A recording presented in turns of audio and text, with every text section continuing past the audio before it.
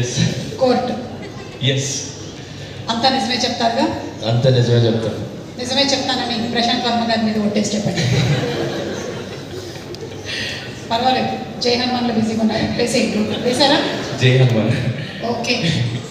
అవును, ఈ సినిమాలో ప్రియదర్శి అసలు అనవసరం, నేనుంటే సరిపోతుంది, ఆయన సీన్లన్నీ కట్ చేసేసేయండి, నా డామినేషన్ ఎక్కువ అని మీరు చెప్పారు అని మీ మీద కేసు నమోదైంది, నిజమేనా? దర్శి వాళ్ళ లాయర్ కేసు నమోదు చేశారు. కాదండి, అన్నయ్య హీరో. నిజంగానా? Yeah sure. దర్శి వాళ్ళ లాయర్ ప్రవేశపెట్టినటువంటి ప్రూఫ్స్ ని ఒకసారి చూపించండి. Proof please, let's have the video. మీరు చెప్పలేదు. చిన్న టెన్షన్ వస్తుంది, ఒక్క నిమిషం. పెద్ద టెన్షన్ వస్తుంది, చూస్తే చూడు.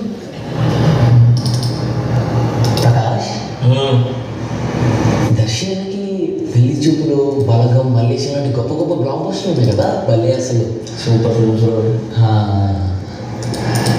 అన్ని బ్లాక్ బస్టర్లు ఉన్న తర్వాత కూడా ఇన్ని సీన్లు అవసరం ఉందో ఈ సినిమాలో? అంటే పైగా లవ్ స్టోరీ లేదు, లవ్ సాంగ్ లేదు మధ్యలో. అలా కాదు. నేను చెప్పేది ఏంటంటే, ఒక మిషన్ ఇంపాసిబుల్, స్వాగ్, సలార్, కోట్, దీని తర్వాత ఒక పెద్ద పెద్ద ప్రొడ్యూసర్తో వర్క్ చేయను బ్రో. నేను మంచి స్టార్ అవ్వాలి బ్రో. ఇది తప్పితే నాకేం లేదు. ఒక్కసారి ఆలోచించాను. మరి ఆయనకే చెప్పాలి బ్రో. ఆయన చాలా ఇది వస్తారు కానీ నాకు ఎందుకు బ్రో. అయినా సినిమా చూసినప్పుడు హర్షరోషన్ గారి సినిమా బాగుంది, ప్రియదర్శి సినిమా ఏంటి బాలే. ఆ మొత్తం ఉంది కదా, అక్కడ నుండి ఇక్కడ 1 minute 2 minutes తీసేది అది.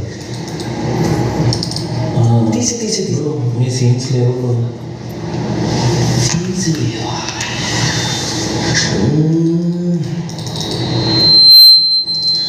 బ్రో ప్రేమలో సాంగ్ ఉందిగా, అదే ఉంది, రిపీట్ లేదు బ్రో. అలా చేయదు బ్రో, ట్రెండింగ్లో ఉంది బ్రో. చూస్తాను నేను, కొట్టు.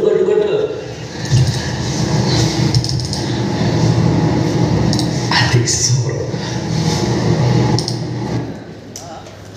That's all my dear box office. చూసారా?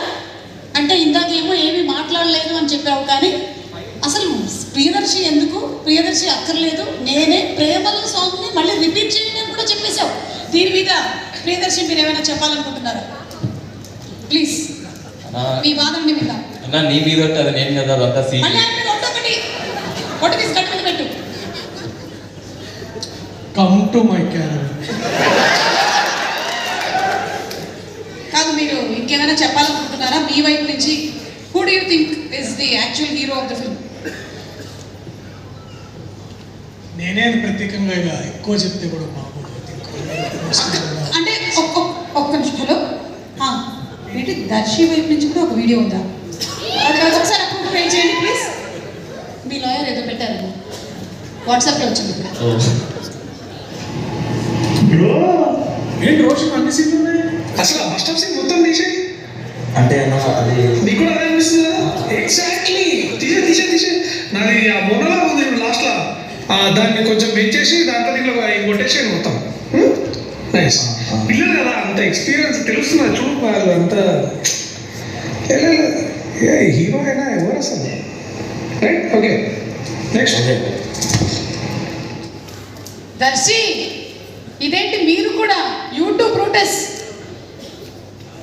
అది మనం ఆర్గ్యుమెంట్స్ ప్రవేశపెడితే మనం అన్న కమ్ టు మై రూమ్. ఎవరు తగ్గలేదబ్బా. ఫైనలీ సినిమా చూసిన తర్వాత మనకు అర్థమవుతుంది ఎవరు హీరో అని. ఆల్రెడీ రామ్ జగదీష్ అయితే డిసైడ్ అయిపోయారు ఎవరు ఏంటి అనేది, అది కదే హీరో అని. ఎనీవే, మీరు బోర్డు నుంచి బయటకు వచ్చి మీరు ఏం చెప్పాలనుకుంటున్నారో చెప్పొచ్చు. కమాన్. ఇదిగో శ్రీదేవి ఏడ్చింది కాబట్టి నువ్వు కూడా మినిమం కొంచెమైనా ఏడవాలి. అది లోపల దాచిపెట్టుకుంటా బయటకు వస్తే నాకు సంబంధం లేదు. మీ ఏరియాలో వాటర్ లేదా?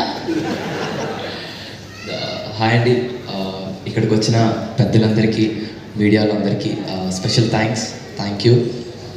Court, state versus nobody. ఈ సినిమా చాలా అంటే చాలా స్పెషల్ అంటే నాకు.